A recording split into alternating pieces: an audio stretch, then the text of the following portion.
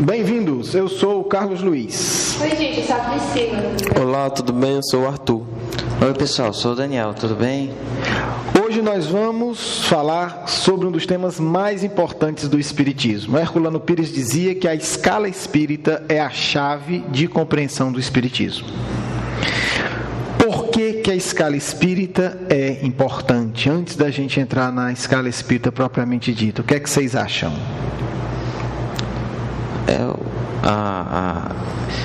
Assim, é o que vai dar um norte, né, para a gente definir as comunicações, classificar uma comunicação, se quem está se comunicando é um espírito sincero, com boas intenções, ou se ele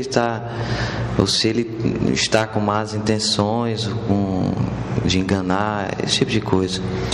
É um auxílio para as comunicações que tivemos com os espíritos em relação à confiança. Até que ponto nós podemos confiar naquela comunicação ou não. É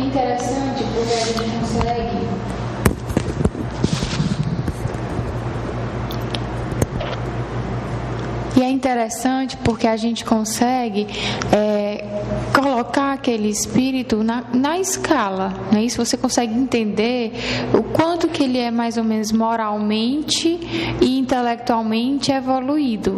E a gente consegue ter essa noção, se ele, enfim, a gente consegue classificá-lo. Eu acho que o ponto essencial é esse. É importante a gente ver o seguinte, que na época de Kardec e ainda hoje, as pessoas têm a ilusão de que os espíritos sabem tudo. Quando a gente fala da escala espírita, a gente está justamente dizendo o contrário.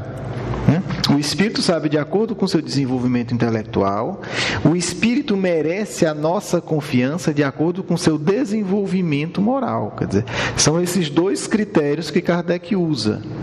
Então, se você não entende isso, você vai poder ser vítima de de espíritos mentirosos, porque você vai partir da crença errada de que o indivíduo porque morreu sabe tudo, né? E isso não acontece.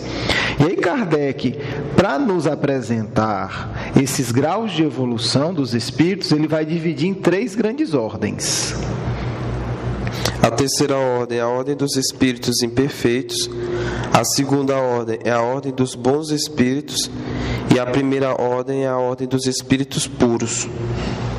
Pronto, vamos tentar entender um pouquinho como é que são essas ordens, né? Como é que a gente vai entender melhor a realidade espiritual a partir dessas 3 ordens, certo? É importante, antes da gente começar a dividir as ordens, que Kardec vai dizer o seguinte: essas 3 divisões, essas grandes divisões, possuem outras divisões internas, né, que são subdivisões, e que mesmo assim, nem sempre é fácil você dizer exatamente que ordem é o espírito, mas só o fato de você ter uma noção já ajuda você até saber como vai dialogar com ele. Então, Kardec primeiro faz esse alerta. Como em toda ciência, as classificações podem mudar um pouco, mas o fundamental é que você entenda que os espíritos podem ser avaliados pelo seu desenvolvimento intelectual e pelo seu desenvolvimento moral. Quando Kardec fala de moralidade, e isso é muito importante a gente entender, Kardec está falando principalmente de sentimento, né? Quando Kardec fala um espírito moralmente evoluído, Kardec está dizendo um espírito que tem sentimentos elevados, sentimentos nobres, de amor, de desapego. Quando Kardec fala de um espírito moralmente atrasado, ele está falando de um espírito que tem sentimentos ruins, de inveja, de ciúme, de domínio, de posse. As intenções dele, né, que são levadas em conta. Exatamente, no caso, esses sentimentos, né, são as intenções, né, vai revelar nas intenções. A terceira ordem, que são os imperfeitos, Kardec diz simplesmente o seguinte: é a ordem em que a matéria predomina. O que é a matéria predominar? Os interesses materiais. São aqueles que têm a tendência para o mal, né? A ignorância, o orgulho, o egoísmo e todas as más paixões consequentes dessas, né? Então, essa é a ordem dos espíritos imperfeitos. São aqueles em que o mal, o desejo do mal predomina. O espírito pode ser muito inteligente, mas se o desejo do mal, se os sentimentos dele são esses, ele é um espírito da terceira ordem.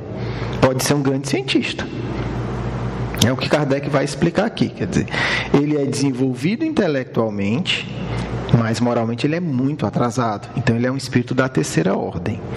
Na terceira ordem, Kardec vai criar várias classes. Eu vou ler rapidamente aqui uma por uma para a gente tentar entender, né, essas classes. A 10ª classe, né, que Kardec aqui coloca, né, são os espíritos impuros, né, é o pessoal mais barra pesada, são os mais difíceis, né, porque são espíritos inclinados ao mal e tem como principal preocupação fazer o mal. É o sujeito encarnado ou desencarnado. Que é bom lembrar que também tem encarnados. Tem encarnado, assim, né? Exatamente. Nós somos encarnados, mas nós somos espíritos. Cada um tem o seu espírito também. Exatamente. Né? A escala espírita serve para os dois, para a gente também, né? Vamos ver aqui onde é que a gente está. Mas depois a gente vai. Então, esse aqui é a pior ordem. São aqueles espíritos, né? Que inclusive Kardec coloca aqui, ó. Quando encarnados, inclinam-se a todos os vícios que as paixões vis e degradantes engendram. A sensualidade, a crueldade, a hipocrisia, a avareza sórdida, são aqueles indivíduos que realmente gostam de fazer o mal. É o sujeito que, se ele puder atrapalhar, ele atrapalha.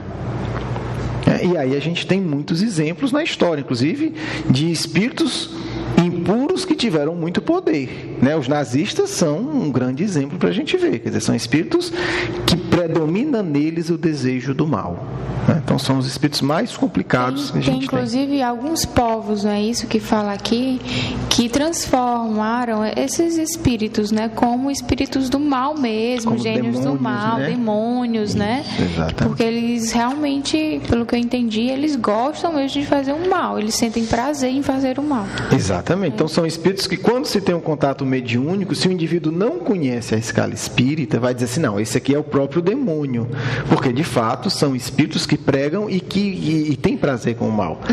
Com a escala espírita a gente sabe, eles são espíritos iguais a nós, eles estão, né, nessa fase, eles escolheram esse caminho por conta do livre-arbítrio. Mas no final das contas, são espíritos como nós. Eu participei de uma reunião mediúnica que um desses espíritos se comunicou. E ele dizia que era o próprio demônio. Claro que ele estava mentindo para assustar, né? Eu sou o demônio, eu sou o príncipe das trevas e tal. Foi socorrido, conseguiu-se com muito sacrifício e diálogo ajudá-lo. Mas se nós não conhecêssemos a escala espírita, a gente, pela vibração, pela agressividade, a gente ia achar que era o próprio diabo. Talvez até ficasse com medo, saísse correndo assustado. Então, os povos que não têm essa compreensão da escala espírita dizem que são demônio. Realmente são espíritos que representam sim um demônio. E eles podem até fazer alguns efeitos físicos também, não é isso? Aí é que os povos ficam com mais medo ainda. Assustam mais, né? Assustam mais. E aí as pessoas não entendem, acham que é o demônio e aí ficam mais apavoradas, que é o objetivo deles, apavorar, né? São espíritos inclinados ao mal. Mas são espíritos que terão as suas oportunidades, que reencarnam, como coloca Kardec aqui no Livro dos Espíritos, e que, quando encarnam, trazem tudo isso, né? Eles não vão se transformar em espíritos bons em 100 anos, é impossível. Mas ao longo dos séculos, eles certamente vão evoluir, vão se tornar bons espíritos. E eles se sentem bem, assim, com o medo das pessoas, com o fluido, com o que elas liberam no medo, fazem bem isso para eles? Não é que fazem bem. Kardec indaga isso a esses espíritos. E eles dizem, né, como eles estão infelizes, eles sentem uma espécie de alívio em ver a desgraça do outro. Para tipo assim, ele não ser o único a sofrer. Exatamente. Se eu estou sofrendo, pelo menos não estou só. Eu estou sofrendo, eu quero ver os outros também sofrendo. Eu estou sozinho, eu quero ver os outros só. Eu tô desesperado, eu perdi as pessoas que eu amo, eu vivo, né? Eu quero também que os outros passem por isso. Também não tem aquela questão, eu já escutei falar, que um médium, quando ele está assustado, ele libera fluidos. Uma pessoa com sim, libera energias desequilibradas. E eles chegam a usar essa energia. Na verdade, eles tentam colocar medo para a pessoa liberar essas energias e eles poderem usar essas energias. O que que eles fazem com essas energias, assim? Eles podem, por exemplo, se estamos falando de médiuns deseducados, né? Dá choque, os médios sentem verdadeiro choque. Eles usam essas energias para impregná-la de energias ruins e voltar para o médium, por exemplo. Tem muita gente que tem mediunidade e não se cuida, e esses espíritos usam para dar choque, para dar susto, para dar grito no ouvido da pessoa, às vezes para derrubar a pessoa, para mexer coisas, para cadeiras, essas coisas. Sempre com o objetivo de assustar. É uma das coisas que eles podem fazer, entre outras, porque são espíritos que se ocupam principalmente em fazer o mal. Esses são os verdadeiros flagelos da humanidade, como se diz. São espíritos que estão ali sempre buscando causar o maior sofrimento possível, porque eles estão sofrendo muito. Certamente terão que responder por isso, diante da lei, terão reencarnações muito difíceis. Quando a Terra se transformar num mundo de regeneração, por exemplo, esses espíritos não poderão mais habitar nem o mundo espiritual ao redor da Terra e nem a própria Terra. Irão para outro planeta. Vão para outro planeta, reiniciar o processo educativo. Planeta mais tipo assim, mais rústico. Mais rústico, mais grosseiro, e aí eles vão começar a sua saga lá milenar para poder ter mais uma chance de se recuperar. Mas aí eles podem ficar assim, e subindo na escala, no caso, Isso eles... Todos esses espíritos um dia serão tão puros e evoluídos quanto Jesus. Porque eles são filhos de Deus tanto quanto Cristo é. São filhos de Deus tanto quanto nós somos. Por isso que é importante entender a escala espírita. Eles optaram por rebeldia e estar fazendo o mal. Eles vão reparar todo o mal que fizeram, vão aprender e um dia serão espíritos puros. Um dia serão governadores de planetas, como é o Cristo. Por isso a importância da escala espírita, É diferente a gente dizer, não, ser eternamente condenado por mal. Não, eles estão fazendo muita coisa errada. Vão sofrer por muitos séculos, às vezes milênios. Mas um dia serão espíritos puros.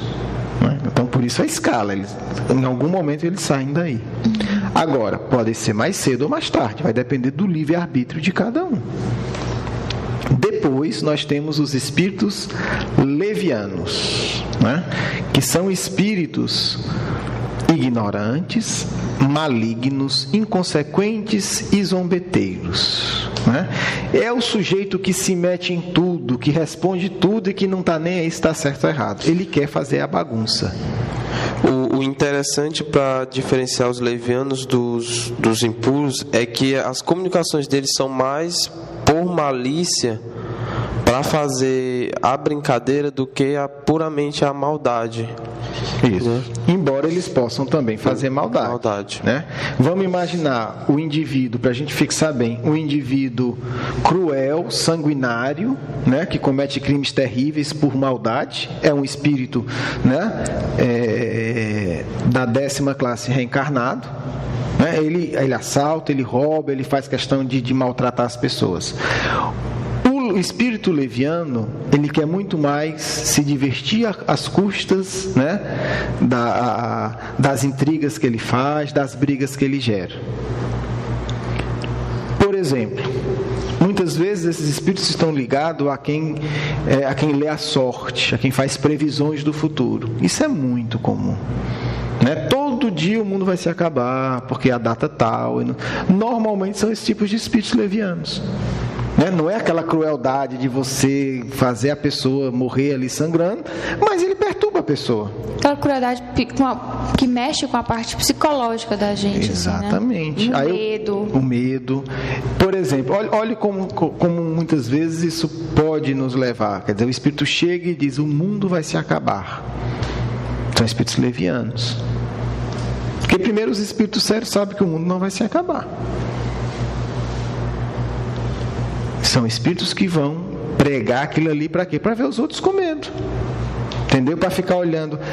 O fulano ficou sem dormir achando que o mundo ia se acabar. Fulano está assustado. Então são espíritos que causam essas pequenas intrigas. São espíritos que muitas vezes fazem as pessoas se desentenderem. São espíritos que geram mal entendido entre as pessoas, por exemplo. Então são espíritos que se divertem fazendo essas pequenas raivas. Então é um outro tipo de espírito. São espíritos atrasados também, mas que muitas vezes atrapalham, e podem falar algumas verdades, mas são espíritos que não estão preocupados em falar a verdade. Ele responde qualquer coisa. Como é que está meu tio no plano espiritual? Se ele tiver com vontade de dizer que está bem, ele diz que está bem. Se ele tiver de mau humor, ele diz que está mal, e fica por isso mesmo. Né? Não tem uma ética. Eles usam muito, tipo assim, Mega Sena, esses números, essas coisas As pessoas também. que procuram, sim, com certeza. Quantos médicos não recebem aí toda semana os números da Mega Sena e nunca ganham? Né? As cartomantes, muitas vezes, são assistidas por esses espíritos. Né? Que falam uma coisa verdadeira e a pessoa se encanta, depois ele fala outra para a pessoa quebrar a cara. Só qual é o prazer dele? Ver a decepção da pessoa. E o interessante é que tem momentos que ele fala coisas verdadeiras. Exatamente, para poder enganar melhor. Né? Porque assim, ele pode até, como ele é o espírito, no caso, ele pode chegar na casa daquela pessoa enfim, e conviver com ela, né? Aquela que perguntou, conviver e tal, e aí começar a dizer coisas verdadeiras mesmo. Pode. Mas é que acolá ele vai dizendo uma coisa falsa para induzir na pessoa ao erro, não é isso? Exatamente, mas qual é o objetivo dele? Ele quer simplesmente zombar, ele quer pregar peça, como se diz. O objetivo dele é rir da decepção dos outros, é dizer, olha, o mundo vai se acabar, e a pessoa passa a noite preocupada, achando que é o último dia da vida na Terra, e ele fica lá rindo, né? Se diverte, diz, olha o trouxa, olha aí, caiu, e sai contando para os outros. Quer dizer, a gente vê isso na Terra, né? Ele fica pregando peça nas pessoas. Acho engraçado. Engraçado, vamos dar aqui um susto, não, presta atenção, vamos chegar aqui e vamos dizer que o mundo vai se acabar. Aí o sujeito passa a semana preocupado, o mundo não se acaba. Mas ele se sente satisfeito porque enganou um trouxa. Agora uma pergunta. Um espírito impuro, quando ele progride um pouco, ele necessariamente passa pela classe do espírito leviano? Porque não é a 10ª, ou é a 9ª? Não, mas uma excelente pergunta. Kardec coloca aqui nessa terceira ordem, né, são a 10ª, a 9ª, a 8ª, a 7ª e a 6ª classe. São então, dentro da terceira ordem. São 5 classes. Certo. O espírito subclasses, no caso, né? Isso, subclasse, né? O que acontece? Kardec coloca claramente que ele não precisa passar por todas essas. Kardec faz essa divisão para a gente entender as personalidades, né? Kardec diz, a terceira ordem é dos espíritos atrasados, né? Mas mesmo os espíritos atrasados, eles são diferentes nas posturas deles, não são todos iguais. Há o espírito atrasado que é mau, que é cruel, é um tipo de espírito atrasado. Há o espírito atrasado que é leviano, gosta de dar susto, gosta de se divertir, mas ele não tem aquela crueldade. Vou dar um exemplo mais didático. Um espírito realmente cruel, ele vai lhe induzir ao suicídio. Ele induz a pessoa ao suicídio, perturba a vida da pessoa até o ponto da pessoa, se não se vigiar, cometer o suicídio. Claro, quem ora e tem uma vida equilibrada não é vítima desses espíritos. Um espírito leviano não, né? Ele vai lhe dar susto. Se ele puder, ele faz todo dia, né, o seu carro enguiçar, você perder a chave de casa, você brigar com um amigo, com uma amiga, ter um pequeno mal-entendido. Mas ele não chega à crueldade de querer lhe ver suicida. Até porque como ele gosta de fazer ele ri das coisas, se você, tipo assim, desencarnar, talvez ele não tenha mais tanto contato com você. Ele quer rir de você, ele quer lhe pregar peça, ele quer lhe dar susto. É diferente, né? Então, mas não necessariamente o espírito tem que passar de uma classe para outra. Certo? E aí nós vemos uma outra classe dos pseudo-sábios, que são os espíritos mais perigosos em termos de contato mediúnico. Porque os espíritos realmente daqueles voltados para o mal dificilmente, né, lhe enganam. Um espírito leviano não lhe engana, até porque não tem tanto conhecimento. Ele lhe engana nessas pequenas coisas. O pseudo-sábio não. Os pseudo-sábios são espíritos muito inteligentes, que sabem de muitas coisas. Só que eles são muito arrogantes. E aí eles vão explicar muitas coisas que eles não sabem, mas eles não vão mostrar que não sabem. É como um professor muito arrogante, orgulhoso. Ele sabe muito, mas na hora que você pergunta uma coisa que ele não sabe, ele inventa qualquer explicação para, né, não dar o braço a torcer, como se diz. E botando nomes muito bonitos, assim, né? Usando termos técnicos para que a gente não consiga entender nada e achar que ele está lindo, se garantindo que ele fala. Normalmente a linguagem desses espíritos é complexa e confusa, para impressionar.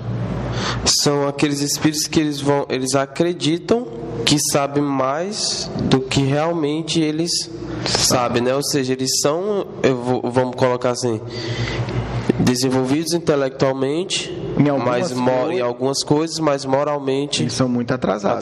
Porque eles estão numa terceira ordem. Então, eles têm um intelecto desenvolvido, eles conhecem muitas coisas, mas eles não têm o mínimo de humildade de dizer, isso eu não sei. Então eles são muito orgulhosos. Exatamente, são espíritos caracterizados pelo orgulho.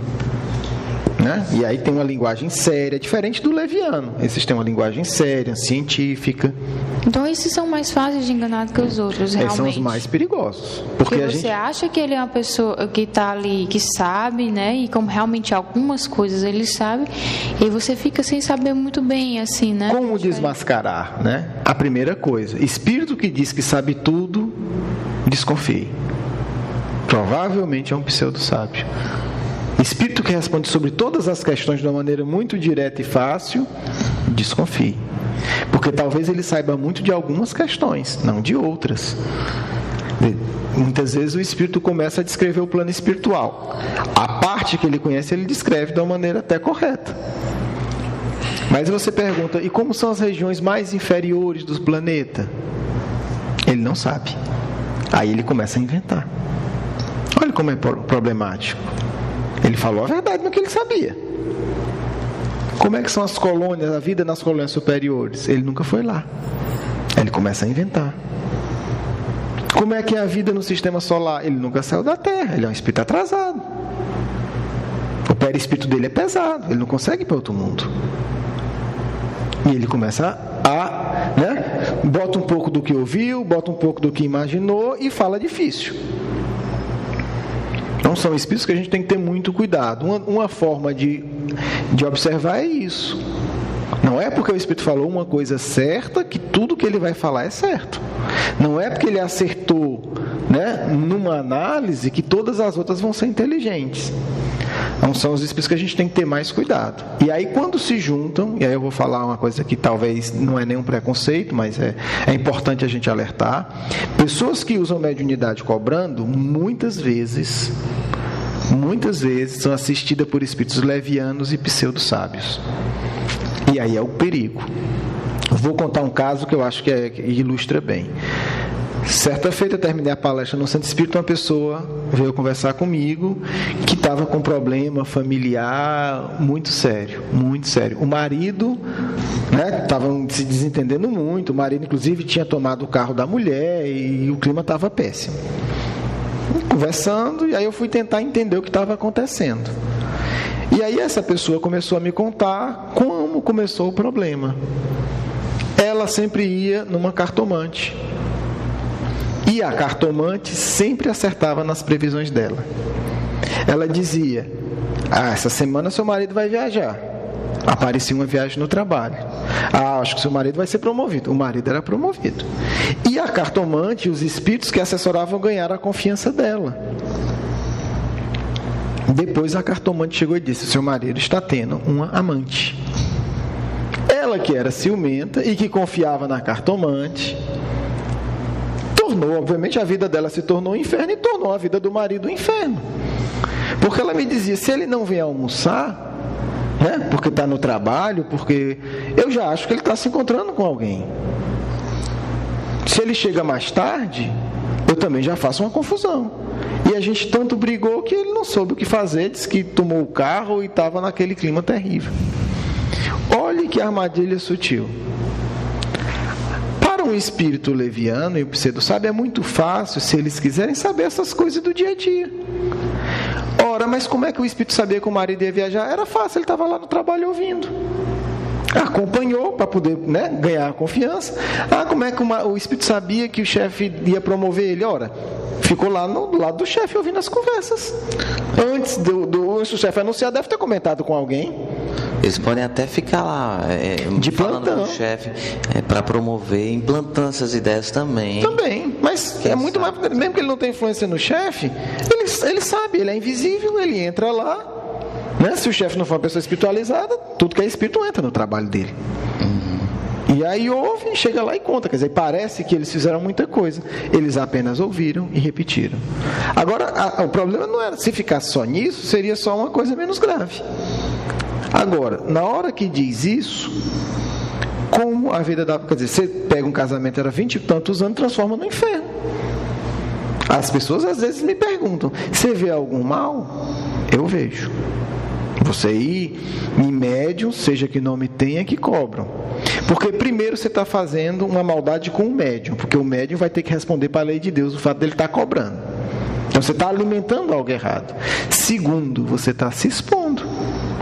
Porque se você continua ainda é porque está dando certo. Vai ganhando sua confiança. Aí você imagina, no começo do ano a pessoa diz, dia 1º de janeiro, aí lá vai você para o seu médium, né, que você paga para o seu guru. Aí o médium, aí o Espírito chegou a hora de eu perturbar esse sujeito. 1º de janeiro chega e diz: Daniel, uma das pessoas que você mais ama vai desencarnar esse ano. 365 dias de aflição. Você vai ficar neurótico. Vai ficar toda hora com aquela expectativa terrível, né? Já pensou? Se você confia no médium, o médium lhe diz isso? Preocupação, negócio de desequilíbrio. Desequilíbrio. Você vai o telefone toca de noite, pronto, é o desencarne que o tal do cigano, da cigana, da cartomante falou. Né? Sua mãe vai viajar? Não pode viajar que vai morrer. Quer dizer, imagine que ano terrível você ganha por se meter com quem não deve.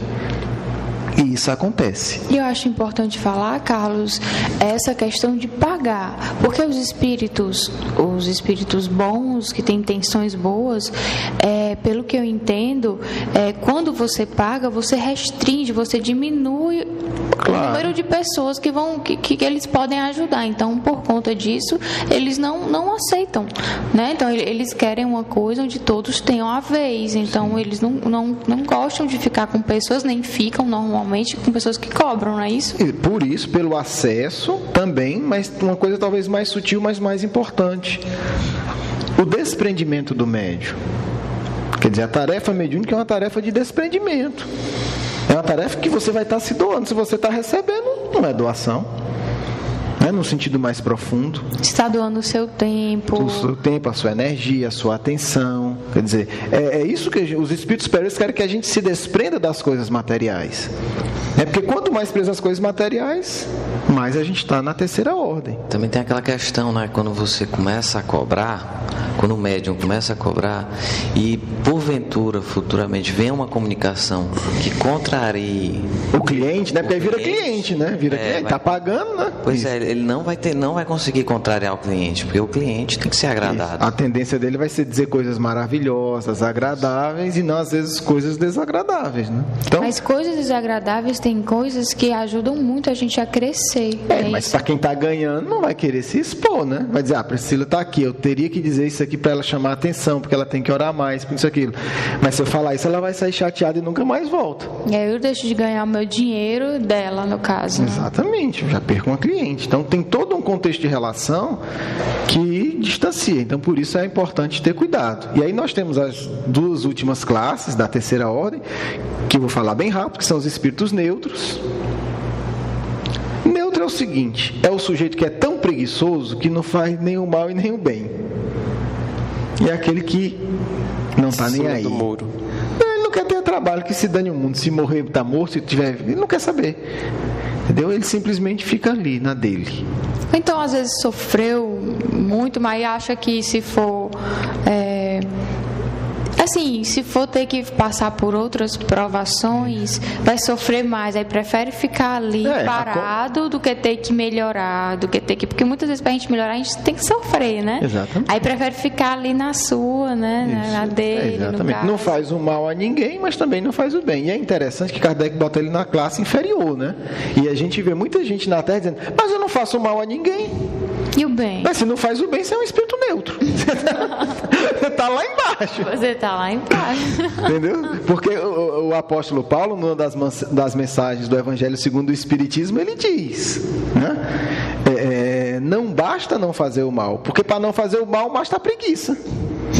O sujeito não faz mal porque ainda trabalha, então ele fica lá parado.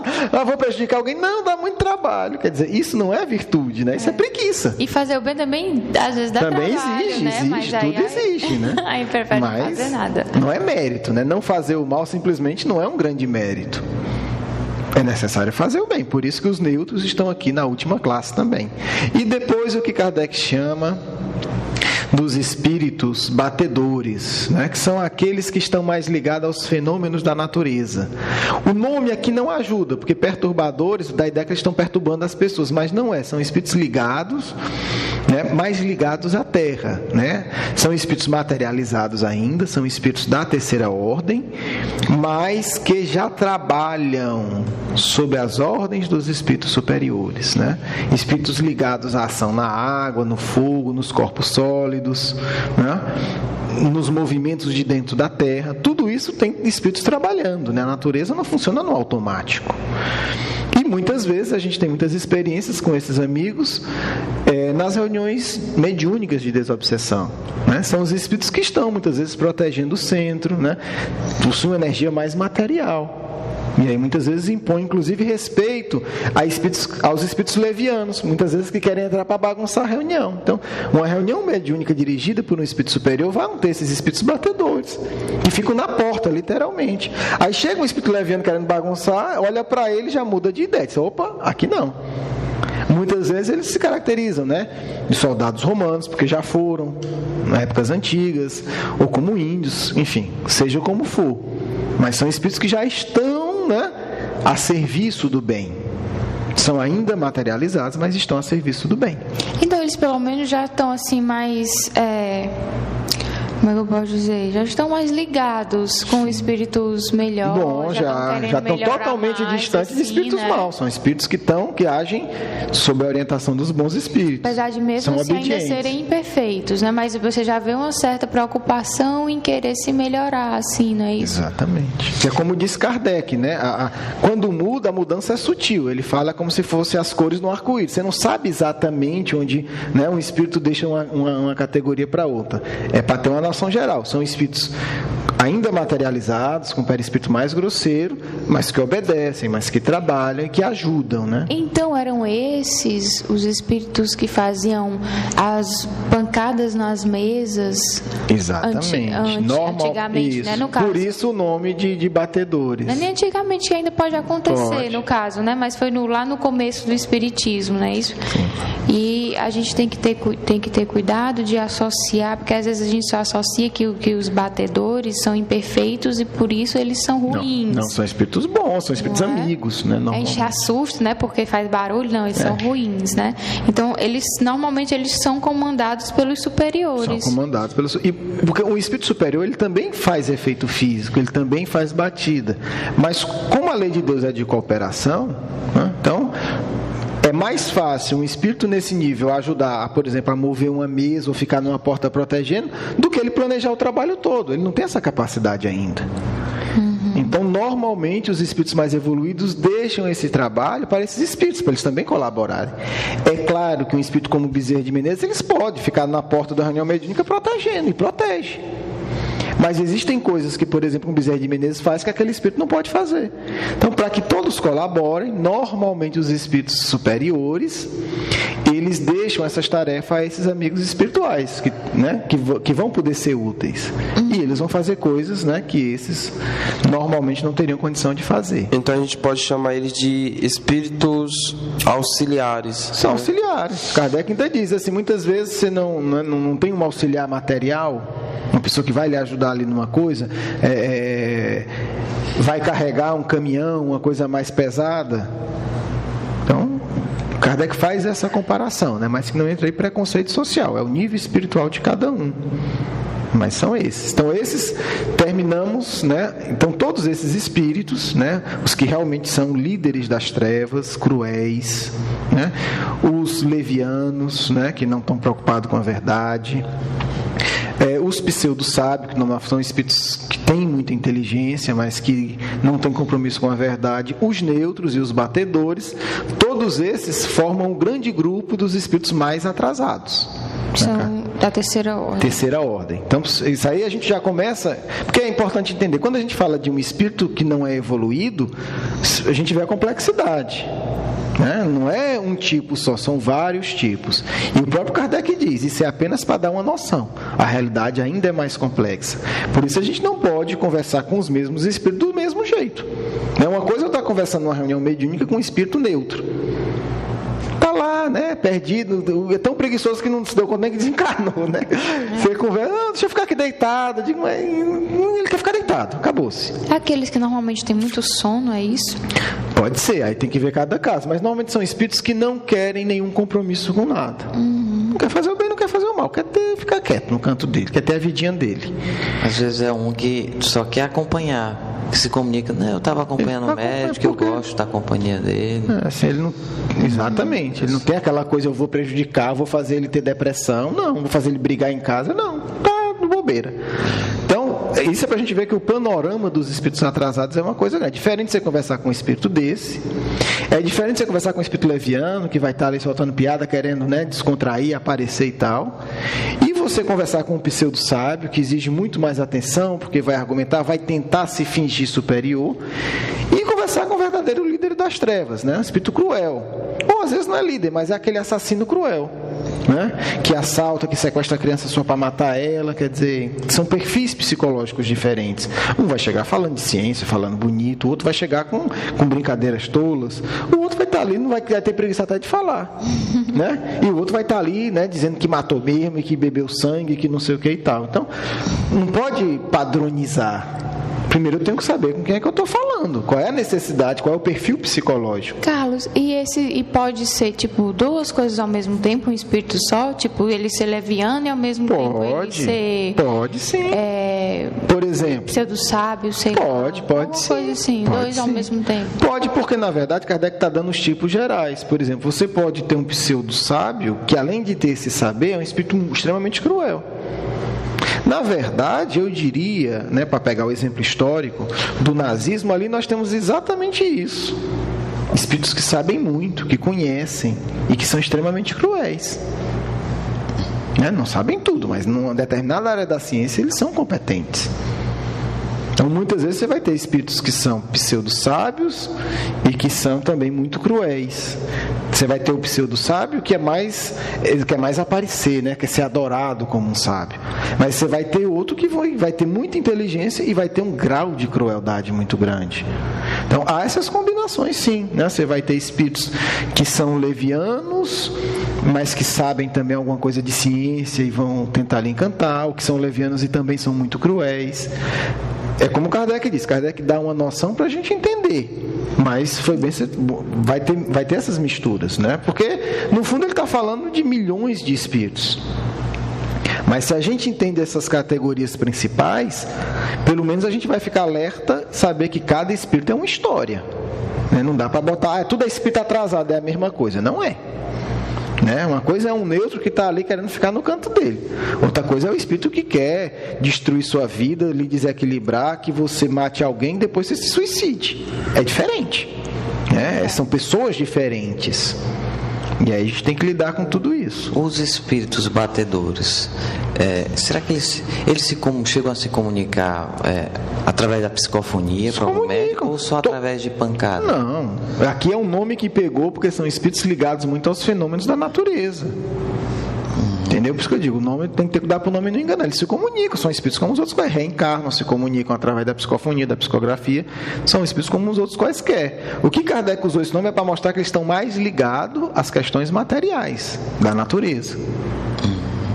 Entendeu? É só isso.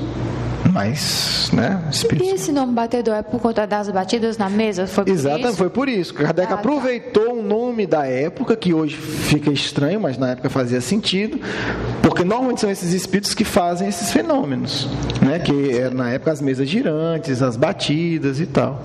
Então, por isso Kardec pegou esse nome. Mas... das naturezas, o que é mais ou menos que eles fazem assim? Me diz assim, só 2 exemplos, pelo menos. Como que eles fazem coisas na natureza? Por exemplo, o fenômeno das chuvas.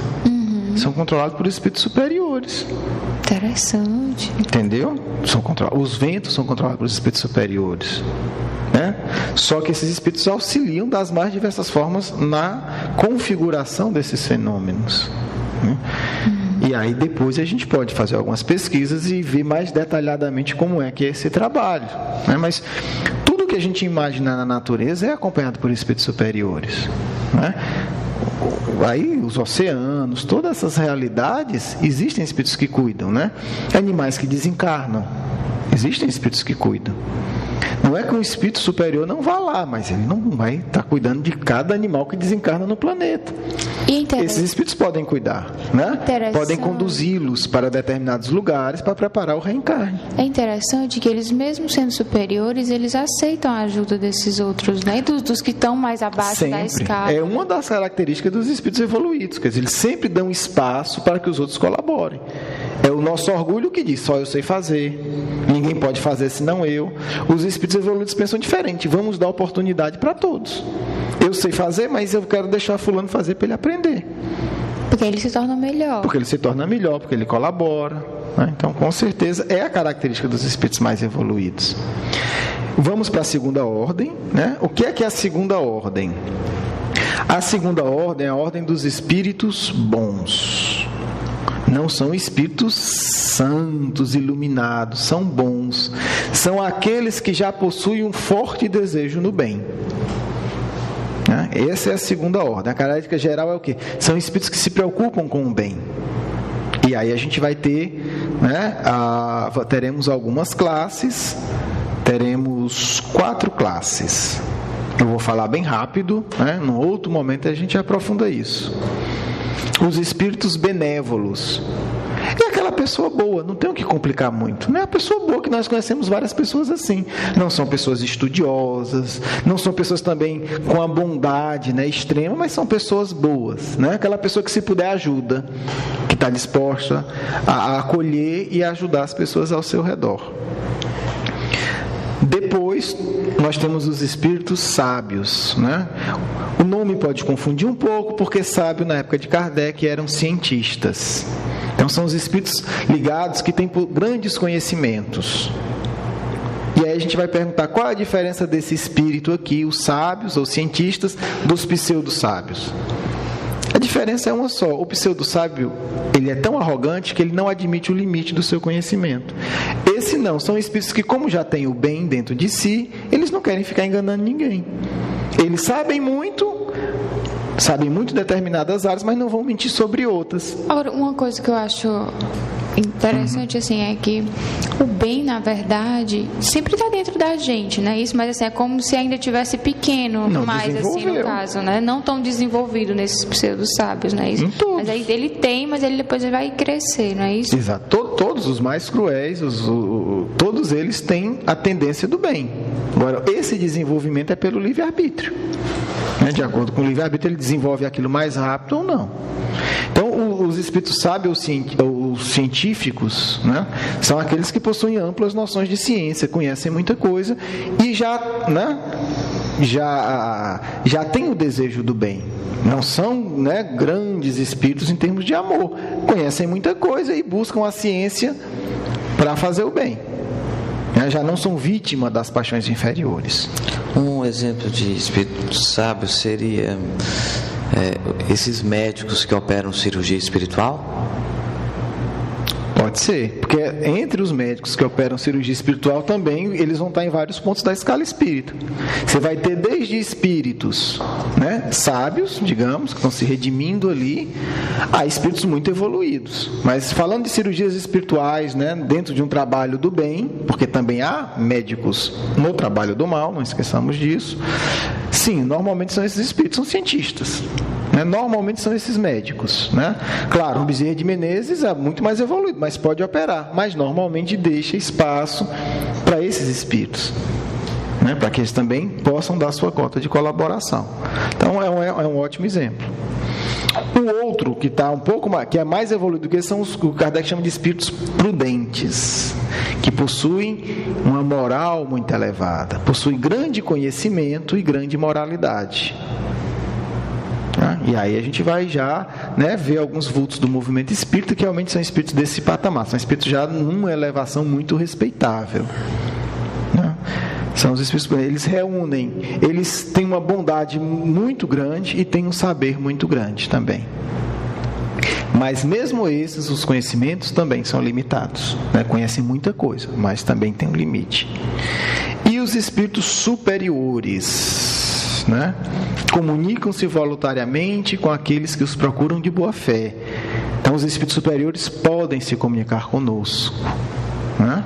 Cujas almas estejam bastante libertas dos liames terrenos para compreender o que eles têm a dizer. Você não precisa ser um espírito evoluído, superior, para receber uma comunicação de um espírito superior. Eu vou dar alguns exemplos a título didático, que podem, inclusive, alguém pode discordar, mas talvez seja importante a gente entender isso, né? Já que o Daniel começou dando o exemplo dos sábios, eu vou tentar dar exemplo do que Kardec chama de prudentes e de superiores, certo? Sempre dizendo, né? Pode haver alguma margem de erro. Por exemplo, a gente poderia chamar de um espírito prudente, né? E aí tem uma margem, talvez prudente, ou já se encaminhando como um espírito superior, alguns espíritos do movimento espírita, que reuniram elevadíssima moral e elevado saber, né? Como, por exemplo, o Caibá Schutel. Caibá Schutel seria uma característica de um espírito que pode ser entendido como um espírito prudente ou como um espírito que está iniciando a escala do espírito superior. Seria um exemplo aí de transição. Porque na superior ainda tem várias divisões, é isso? Isso. Por exemplo, um espírito superior, que a gente pode dizer sem medo de errar, Bezerra de Menezes, né? Cada grupo desse também tem a sua escala, sim, né? Não é só a ordem, né? Dentro da ordem você vai ter as subdivisões ainda. Então você pode ter, por exemplo, Bezerra de Menezes e Eurípides Barçanufo. São, sem dúvida, espíritos superiores.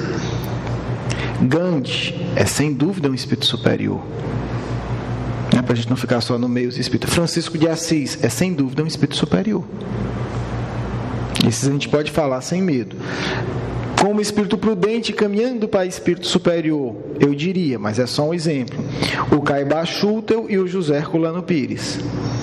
São espíritos com a moral elevadíssima, que tiveram uma vida extremamente abnegada em prol do outro, renunciaram muito, para a gente ter apenas uma noção.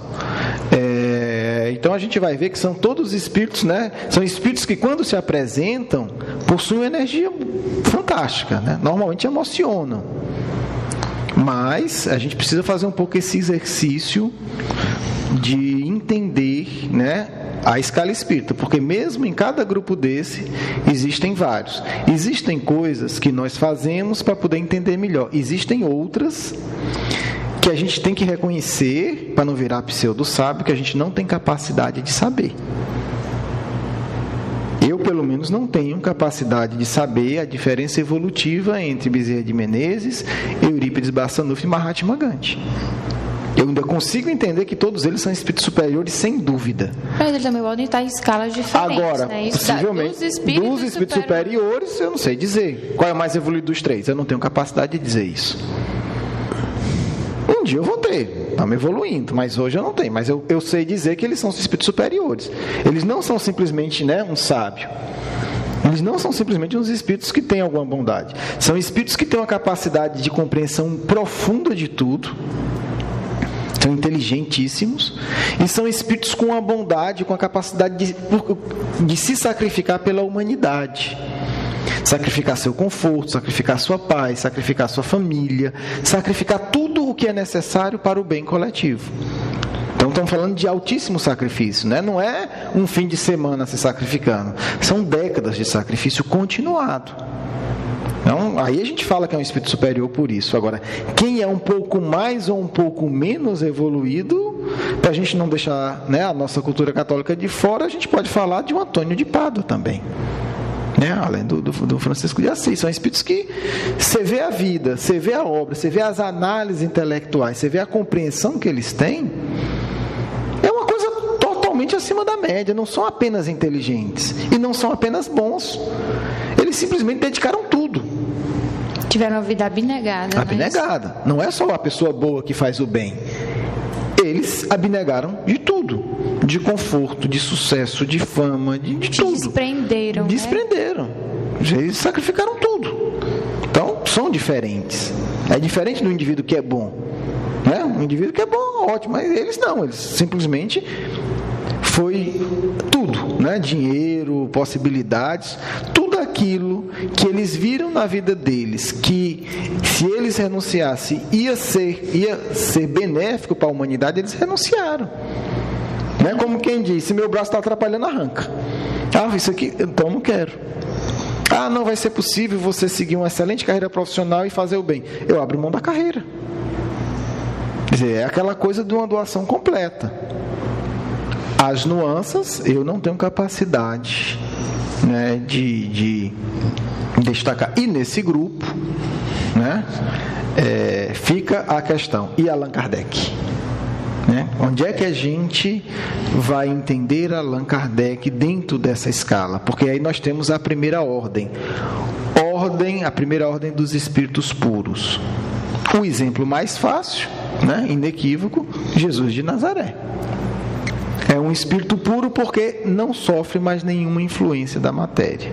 Esse aqui dá para até ler, porque é 2 linhas só como Kardec define. Superioridade intelectual e moral absoluta em relação a todos os outros. Dos outros espíritos, das outras ordens. Todas as outras ordens, quer dizer, não tem o que discutir, é absoluto. Em relação ao Cristo, claro, absoluto 100% Deus, mas em relação às outras ordens. Onde fica Allan Kardec? Assim, pelo que o paralelo, o que tem de igual para você classificar um espírito superior, pelo que eu percebi, é o tipo de missão que a pessoa desempenhou na Terra, a dificuldade da missão e o alcance dessa missão.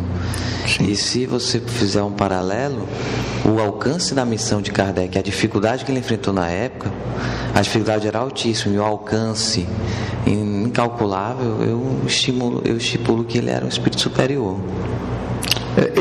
Eu confesso que aí é aquela história, chega uma hora que a gente não tem como compreender os detalhes, né? Concordo com você, não resta dúvida que Kardec é um espírito superior. Kardec vem trazer o alicerce da regeneração da humanidade toda pelos próximos milênios. Então, não é pouca coisa, não é reformar uma instituição, não é melhorar a vida, né, específica de um povo. Kardec vem com a tarefa e foi só dele. E curioso é isso, foi só dele. Você não vê um outro Kardec do lado dele.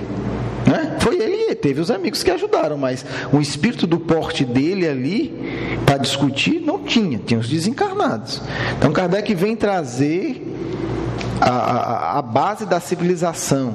Quer dizer, não é uma coisa pontual, né? Não é que é nobre, mas não é melhorar um hospital, não é melhorar apenas uma escola, não é reformar o judiciário. Kardec vem trazer as bases da reforma de toda a sociedade terrena. Então, no mínimo, ele está no topo da hierarquia dos espíritos superiores. E aí vamos deixar as pesquisas do futuro, a gente ampliar nossa compreensão espiritual. Né? Dizem alguns amigos espirituais que a gente vai precisar ainda evoluir muito para ter uma dimensão minimamente real da grandeza de Allan Kardec. Porque mesmo quando os espíritos superiores falam de Kardec, falam com um grau de admiração. Então, alguma coisa, como você falou, pela missão, pela obra, pelo que escreve, pela conduta, é um espírito que se destaca muito. Pelo que ele conseguiu, assim, no caso, né, da obra dele concluir. Exatamente, tudo que ele deixa, né? E aí, Kardec encerra falando do Cristo, dizendo o seguinte: que mesmo os espíritos puros podem se comunicar mediunicamente, né? Obviamente, como ele diz aqui, né, seria bem presunçoso achar que esses espíritos vão estar à nossa disposição, né? Não estão mesmo. Mas é possível sim esse tipo de comunicação. Depois a gente vai discutir um pouco, né? Tá aí o espírito de verdade que se comunica com Kardec, né? E é uma prova dessa possibilidade. E aí esse assunto para um outro programa. Certo. Agora vamos fazer o nosso evangelho, né, para que a gente passe para a segunda parte do nosso programa, que é o comentário dos amigos espirituais. Vamos ler um trecho do evangelho e nos preparar. De forma aleatória, não é isso? Exatamente. Qual foi a mensagem que caiu? Capítulo 27, Pedi e obtereis, do livro do Evangelho segundo o Espiritismo. Qualidades da prece. Quando orardes, não vos assemelheis aos hipócritas, que afetadamente oram de pé nas sinagogas e nos cantos das ruas para serem vistos pelos homens. Digo-vos em verdade que eles já receberam sua recompensa. Quando quiserdes orar, entrai para vosso quarto e, fechada a porta, orai ao vosso Pai em segredo, e vosso Pai, que vê o que se passa em segredo, vos dará recompensa. Não cuideis de pedir muito nas vossas preces, como fazem os pagãos, os quais imaginam que pela multiplicidade das palavras é que serão atendidos. Não vos torneis semelhantes a eles, porque nosso Pai sabe do que é que tendes necessidade antes que vos peçai. Mateus capítulo 6. Jesus amado, obrigada pela oportunidade de estarmos aqui reunidos em Teu nome, de termos a oportunidade de dialogar com os amigos espirituais que estão dispostos a nos ajudar no caminho do nosso crescimento espiritual. Obrigada por essa oportunidade. Que assim seja. Que assim seja.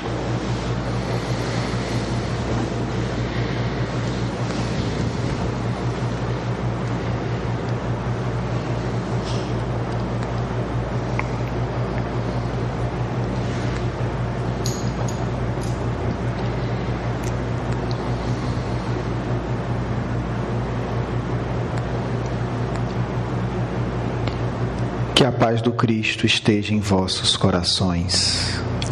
Hoje é com alegria que falamos a todos vocês, jovens amigos do ideal espírita. Estudastes um dos pontos centrais do tesouro que o codificador deixou a todos nós. A doutrina de luz, que guia encarnados e desencarnados, que buscam com sinceridade o coração doce e meigo de Jesus de Nazaré. Queremos afirmar que a comunicação com os espíritos é algo saudável e nobre, entendendo-se como dialogar com cada um de acordo com a sua classificação na escala espírita. Não deixais que os espíritos da terceira ordem penetrem os vossos corações, porque muitas vezes são eles que de forma oculta vos insuflam a busca dos vícios, a busca dos prazeres mórbidos e doentios, a adequação aos modismos levianos do mundo. Portanto, entender a escala espírita também significa proteger-se da influência dos maus. Toda vez que em vossos pensamentos encontrardes ideias de crueldade, de desespero, de malícia, façais uma prece, porque ali está um espírito da terceira ordem visando a vos induzir para o caminho do mal. Cultivar pensamentos, mesmo que ocultos, inferiores, atrairá esses espíritos. É importante entender que não falamos de hipóteses e teorias vazias. Falamos de uma realidade que observamos a cada dia. Mas há também a segunda ordem. São esses espíritos que muitas vezes sofrem aos vossos lados. São familiares que, após entenderem a vida espiritual, pedem a Deus para acompanhar filhos, netos, sobrinhos, para os proteger no caminho do bem. É através da oração que vocês poderão cultivar a presença desses amigos, familiares que vos amam e querem vos proteger. Existe também os espíritos superiores que desejam o bem de todos, o bem da humanidade. Todas as vezes que vocês se decidirem servir abnegadamente, renunciar para que o outro sofra menos, esquecer o lazer em troca de um trabalho voluntário, são esses espíritos que vocês atrairão. São a esses amigos que vocês devem dirigir as vossas preces, buscando paz, buscando ternura em vossos corações, buscando coragem para enfrentar os valores e as tendências inferiores. São esses amigos que, se vocês orarem com fé, estarão convosco em vossas casas, em vossos quartos, aguardando o sono, e eles vos levarão às regiões superiores. Porque o desejo que eles possuem é que vocês aprendam a amar a Deus, ao vosso próximo e a si mesmo. Não resta dúvida, Jesus de Nazaré é o maior exemplo da primeira ordem. Não apenas um espírito puro, mas o espírito puro da mais elevada hierarquia dos espíritos puros desse planeta. Depois viremos detalhar para vocês as subdivisões dessas ordens. Estudaremos juntos. Envie as suas dúvidas, nós responderemos, porque é desejo desse espírito da mais elevada ordem que nós, desencarnados, possamos dialogar convosco, jovens espíritas, porque queremos que vocês superem o medo da morte, que vocês entendam que a vida na Terra é apenas um teste provisório e rápido, para que vocês caminhem na ascensão de paz, de luz e de harmonia, porque o nosso Pai nos criou a todos simples, mas quer que, ajudando uns aos outros, encarnados e desencarnados, aprendamos a subir na escala espírita, porque um dia todos nós alcançaremos o ponto máximo e saberemos o que é a verdadeira felicidade para sempre. Muita paz de um amigo que estará com vocês sempre e que deseja ouvir as vossas questões, as vossas perguntas, para que aproximemos os nossos corações e nos conheçamos cada vez mais. Nos despedimos, aguardando o vosso contato, e estaremos aqui felizes para o próximo programa. Muita paz.